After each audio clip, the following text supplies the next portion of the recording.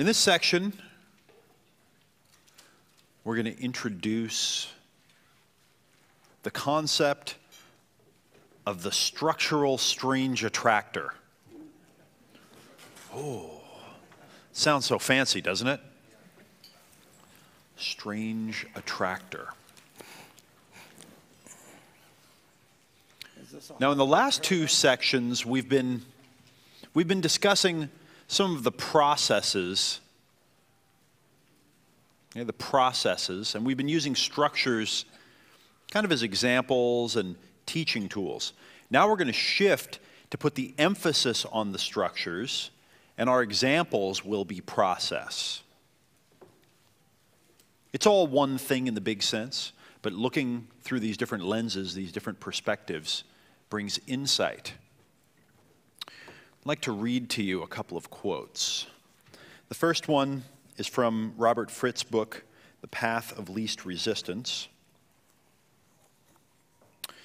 Structure determines behavior. Structure determines behavior. One of the most important insights of this book is in this principle. Structure determines behavior. The way anything is structured determines the behavior within that structure. The next time you're in a building, notice how the structure of the building determines your path through it. Although you may move to your destination in a variety of ways within the building, your actions are still determined by the structure of the building. You do not walk through walls, you walk along corridors. You do not enter rooms through windows, you come through doors. You do not jump from floor to floor, you take the stairs, elevator, or escalator. Similarly, there are fundamental structures in your life that determine the path of least resistance. The structures that have the most influence on your life are composed of your desires, beliefs, assumptions, aspirations, and objective reality itself. Let me say that again. The structures that have the most influence on your life are composed of your desires, beliefs, assumptions, aspirations, and objective reality itself, whatever the hell that is. This little quote from Steven Pinker from How the Mind Works. This is one of my favorite quotes from a book. I really enjoy this one. The mind has to be built out of specialized parts because it has to solve specialized problems. Only an angel could be a general problem solver. We mortals have to make fallible guesses from fragmentary information. Each of our mental modules serves... This is nothing to sneeze at.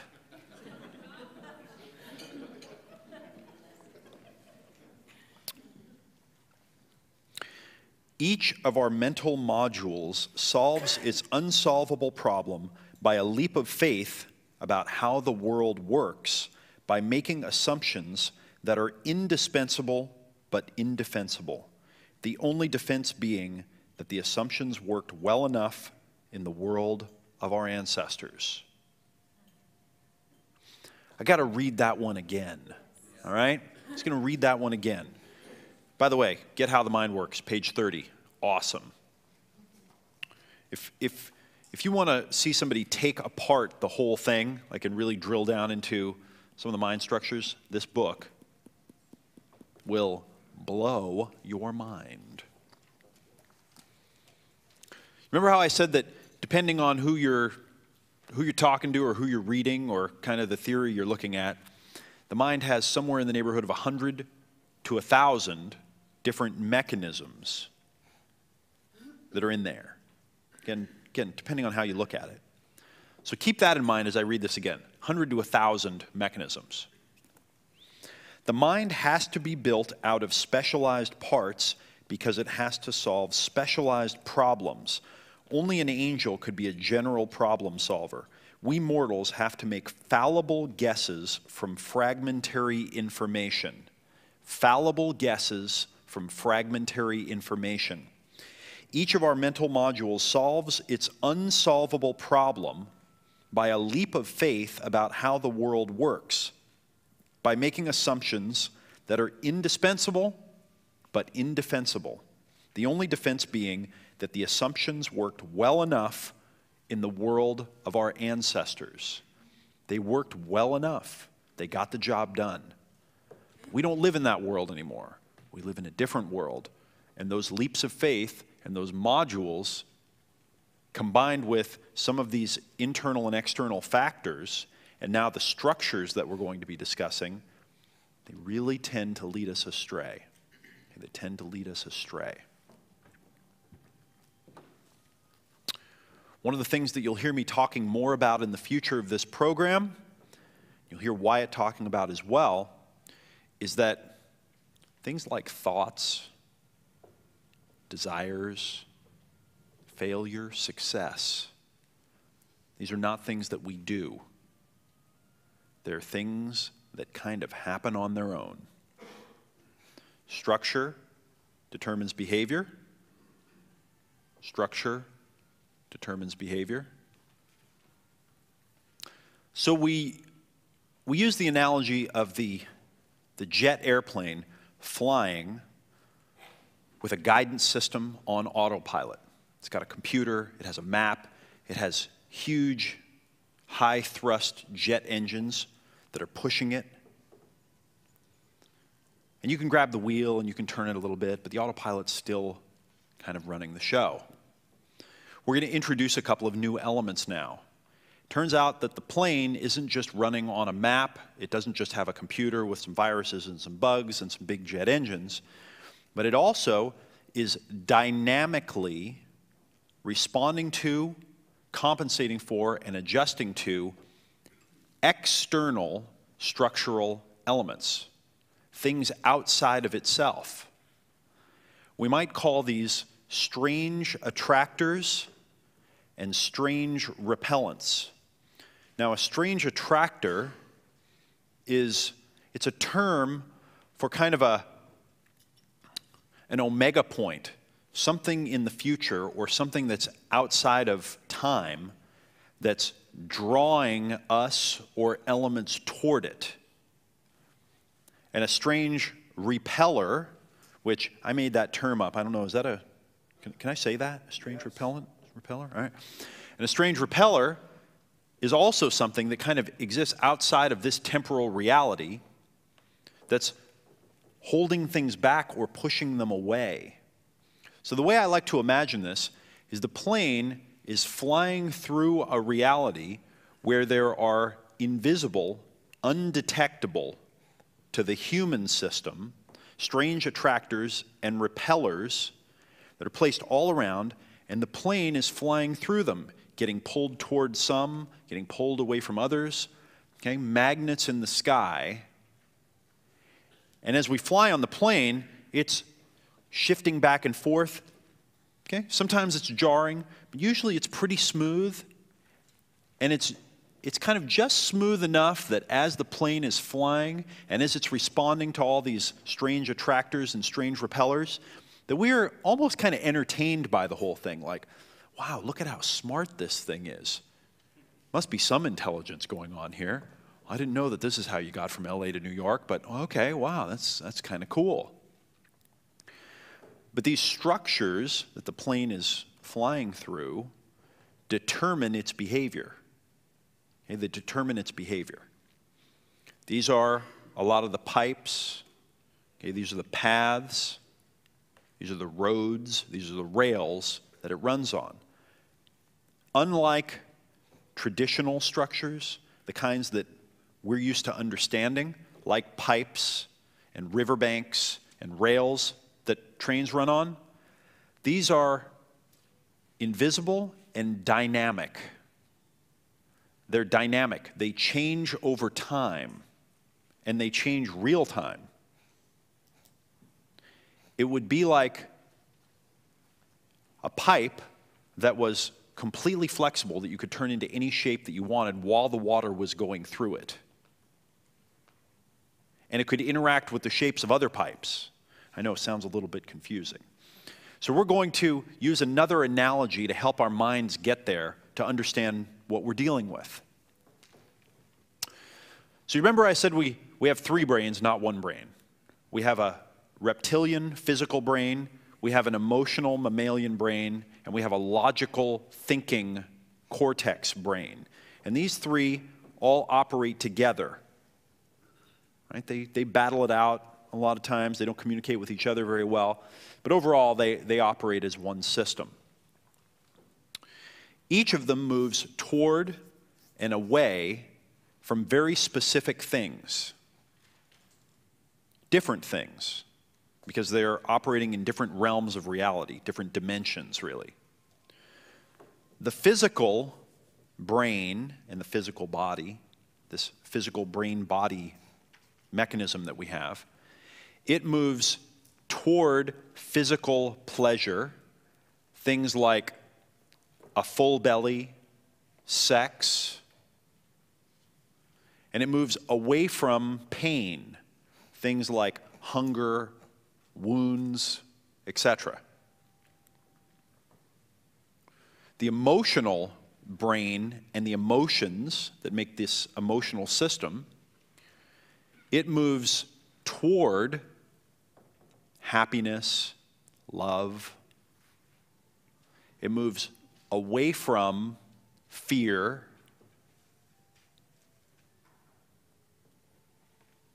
terror.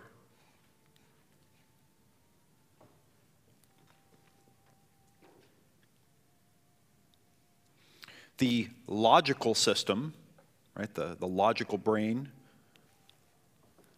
that uses language and symbol as its currency, it moves toward understanding, clarity, getting it, and it moves away from confusion, overwhelm, not getting it. So notice that these pairs, they really exist in different realms. They're not the same. You could draw analogies between them, but they're very, very different. What our thinking mind does is it takes these groups of things and it combines them, and then it uses a concept called abstraction to put them all together, create meaning. And then we make a symbol out of one of these ideas, and then we move toward and away from the symbol. Okay? And then we take these symbols and we combine them together and we create more abstract symbols that only exist in our minds, and we move toward and away from them the same way that we move toward and away from the real thing. That's one of the miracles of being human, is that our mind makes up abstract combinations, and then it actually treats the idea of something the same as it treats the real thing. So we treat the idea of emotional pain and what we're going to do moving toward a situation that might cause emotional pain, we treat it the same as if we were feeling emotional pain. You following me?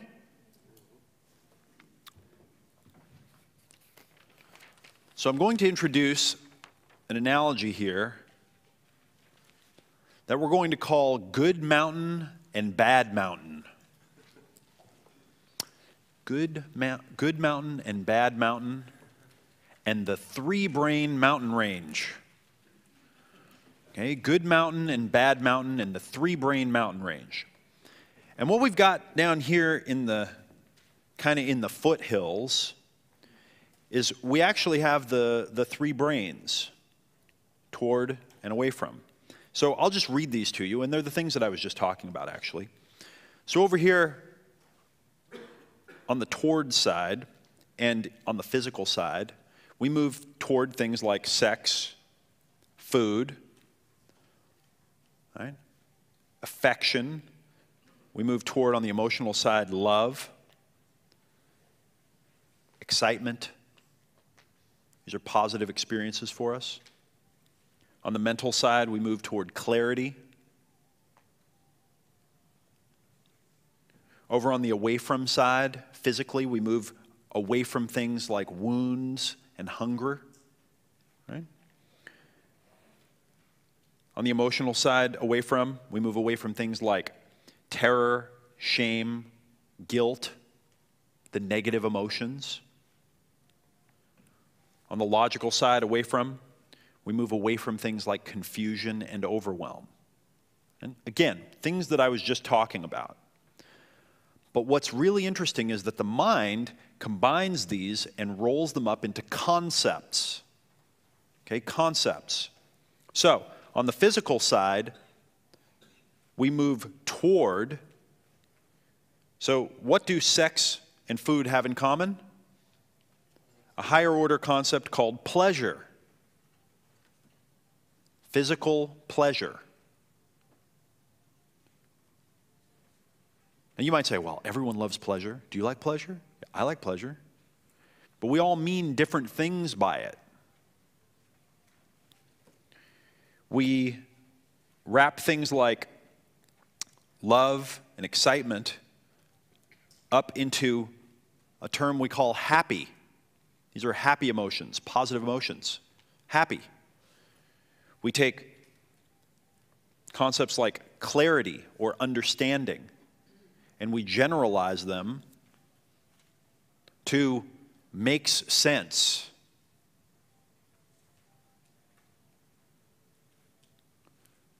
So the brain starts operating with a little different currency. But it represents the real thing. It's the symbol for the real thing. So instead of sex and food and physical affection, we now start operating with a currency called pleasure. It's a little more efficient, easier to kind of think about. I've only got one thing I have to think about, not a bunch of others.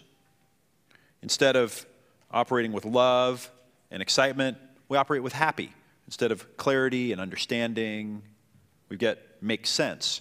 Over on the move away from side, instead of wounds and hunger, we start operating with pain. Okay, we generalize those together to pain, those and many others. Emotions like shame, guilt, terror, we just move that and we call that fear. We generalize it up into one idea in our mind. Again, these are ideas. These aren't even experiences anymore. There's a dotted line here as we move from this mountain range to this one.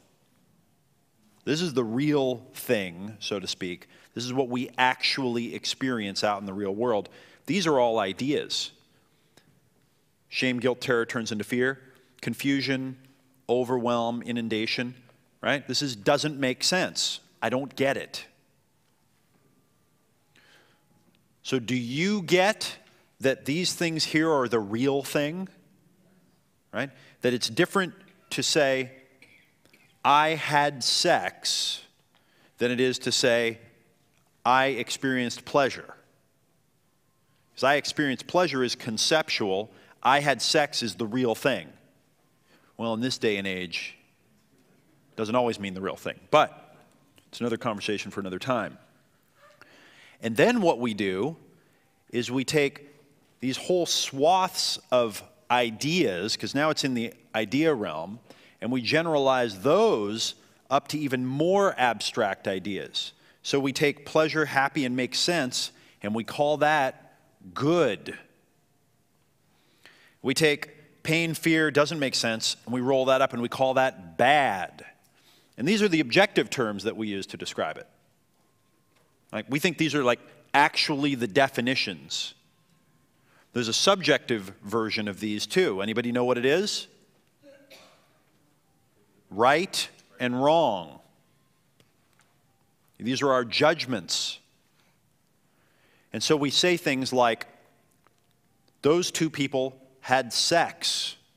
That's good, or that's right, or that's bad, or that's wrong. If we had sex, we always say that's good, by the way. Right? Watch the human chimp. It's very interesting. Not always. Yeah, I have heard about the coyote ugly, right? You chew off your arm so you don't wake her up. Okay.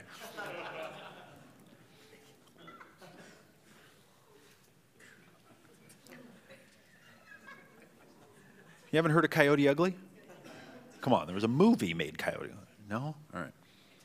Who doesn't know what Coyote Ugly is? No? Okay. The idea is that if a coyote, its leg gets caught in a trap, it'll chew its leg off to get away. And so if you make a mistake, and you wake up next to someone that's not attractive, you chew your arm off so you can get away before they wake up. All right, now you know.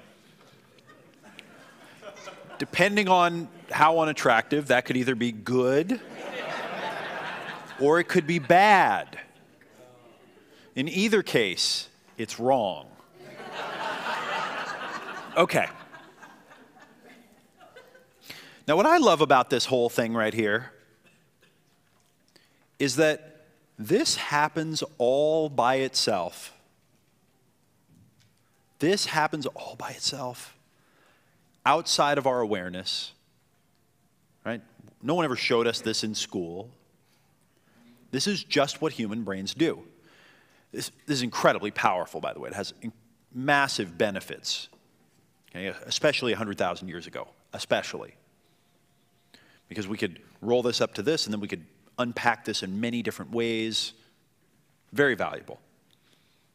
But now in the modern day, as we're living in more complex worlds, what this turns into is it turns into some foothills and some little mountains and some big Mount Everest and Kilimanjaro type mountains that we're trying to make our way through in life. And we're climbing through the mountains, we're trying to go somewhere, and we don't know that all of this stuff is determining our path.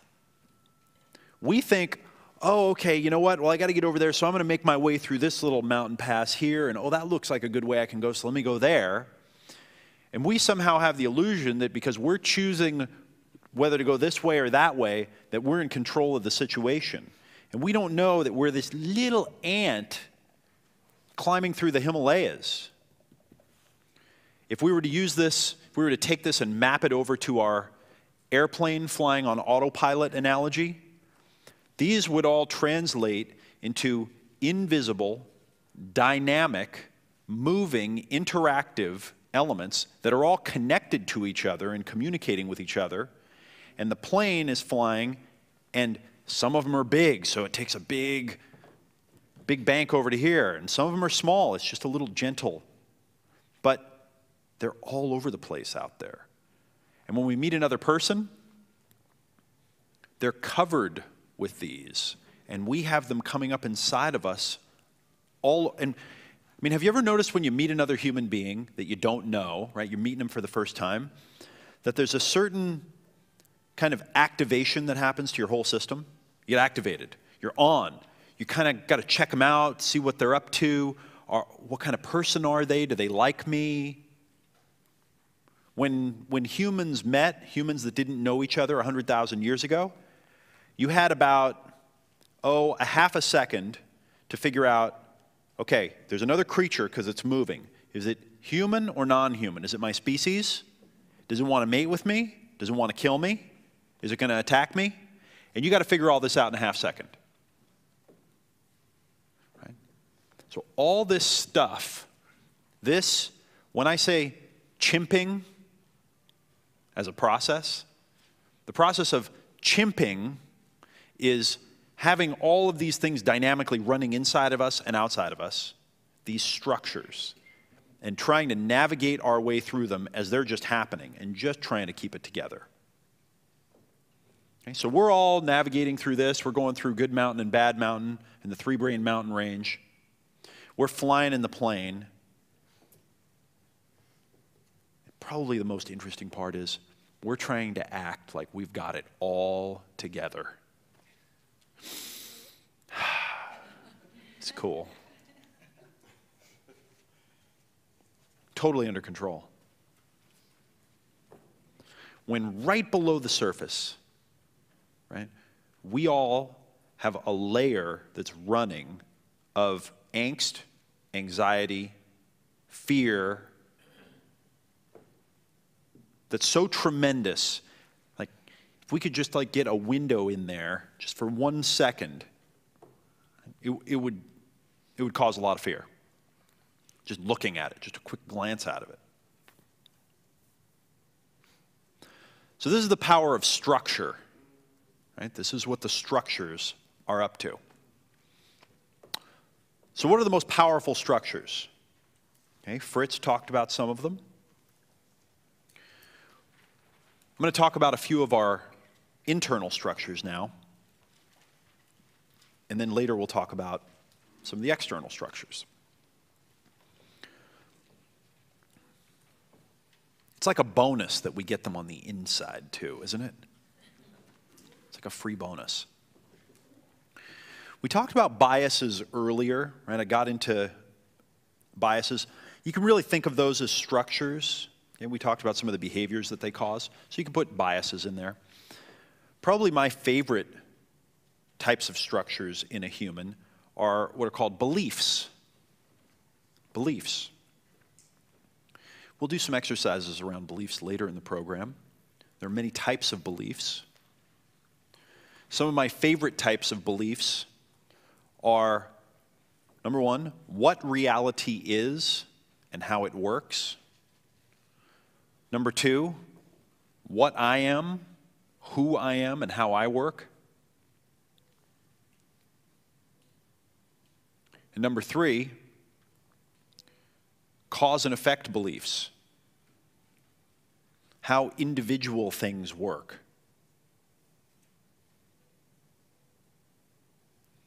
Now these are nested. They kind of live inside of each other in a way. So we've got a map of me, right? My identity, what I call I. Got an image of what that is and how that works. But in our mind, that lives inside of another set of beliefs called reality. What reality is and how reality works. For years, I've read that we're losing one native culture now every few weeks. Have you heard about this? We're losing one native language. One whole culture is dying out every few weeks. And at first I thought, well, when I was younger, I was like, well, I guess that's good. That'll accelerate their learning of English so they can join the global community. And, we're better anyway, right? It made sense to me then. Don't get mad at me. And then a few years ago, I was reading in a book, as I was becoming more open-minded about it, I was reading in a book, and they pointed out this one interesting insight. Every culture, every independent culture, has developed its own concept of reality, and its language, and its customs, and its belief systems all express that unique perspective on reality. So we have literally thousands of perspectives on reality that you need to be part of the culture to really get. And they're dying. We're losing them. That's a big deal. Okay, because we're getting more trapped in one reality as that happens, one structure. Getting more trapped in one structure is dangerous for our success in the future. So beliefs. At this point, I don't believe anything. Tony Robbins, in one of his books, he talks about how John Grinder taught him the idea, Tony, never believe anything too much, because there'll always be a situation where it's not true. Do you remember what I said earlier? What we like to do is we see the way we think something works. It happens that way 2 or 3 times, or 10 or 100 or 1,000 or whatever. And so we say, that's the way that thing works, and then that's the way it is. So we make this other leap past that's the way it works to that's the way it is, and ising, which Wyatt and I will talk more about in the future of the program, ising is incredibly dangerous because it does what Korzybski called time binding. It freezes that idea. So like just when you discovered a cool interactional phenomenon in the world, just when you figured out a pattern, you screw it up by saying that's the way it's always been, that's the way it'll always be, that's the way it is, that's how this works. And then a great liberator turns into a jail cell. So the idea I want to give you right now, I'd like to give you is, no belief is true. A belief is about as true as a map of a city is true. Okay, a belief is about as true as a map of a city is true. No map is the city. Ever. So, it's kind of about as far from true as it can be while still being a little bit true. Does that make sense to you? Right? A map is about as far from true as it can be while still being a little bit true. And that's the way I think of beliefs now. They're kind of about as far from true as they can be and still be like a little bit true. There's something to that. All this stuff, this is all belief stuff. These generalizations are all belief stuff. And good and bad, and pleasure, happy makes sense, pain, fear doesn't make sense. While we experience them, they trigger all these feelings inside of us. While we experience them as real and true, they're about as true as a map is true. And that's it. And when we pick them up, and again, we'll get deep into this later in the program, and when we pick up the map and we say, oh, I see how to get from Monterey to San Francisco, and we put it down on the ground, and then we get in the car and we try to drive on the map from Monterey to San Francisco. Honey, am I going the right direction? I can't see it anymore. When we follow beliefs and we actually think that that's the way things are, that's how much progress we're making. There's a great book called Caveman Logic. Maybe I'll bring it out and read to you from it because there's a great section in there. And it talks about the experiments that scientists do with animals that shows how beliefs form. And what they've discovered is that if they take a pigeon and they put it in a cage and they put a little lever that the pigeon can peck, if every time the pigeon pecks it, food comes out, the pigeon will stand there and peck the lever a lot. Okay, it'll peck that button over and over and over because it likes to get food. But what they've also discovered is that if they let food out into the tray at regular intervals, that a pigeon will start doing some behavior repetitively that it believes is causing the food. No two pigeons do the same thing. Some bob their head up and down, some walk around in circles to the left, some pick one foot up, but every pigeon does something, and they all just keep doing it. So the guy that wrote Caveman Logic, he and one of his associates did it with rats. Guess what? Same thing. Food delivered, regular basis, all the rats chose some repetitive behavior to do, always different. Because they thought that's what brings the food. So it seems that animals, probably not humans, but it seems that animals all have to feel, not want to, have to feel like what they're doing is impacting and controlling the world.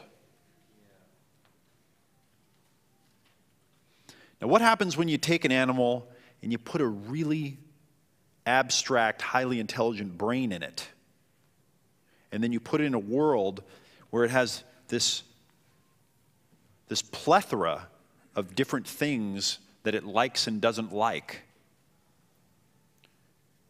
And it has a powerful, powerful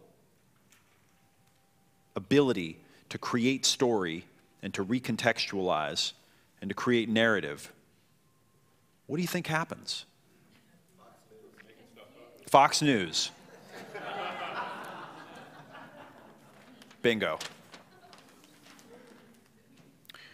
So what's more interesting? Is it more interesting that the pigeon bobs its head up and down or walks around in a circle, or the rat or the mouse does a little funny dance, thinking that it's what's getting at the food? Or is it that all of them do something and all of them believe that that's what's bringing the food? Good question.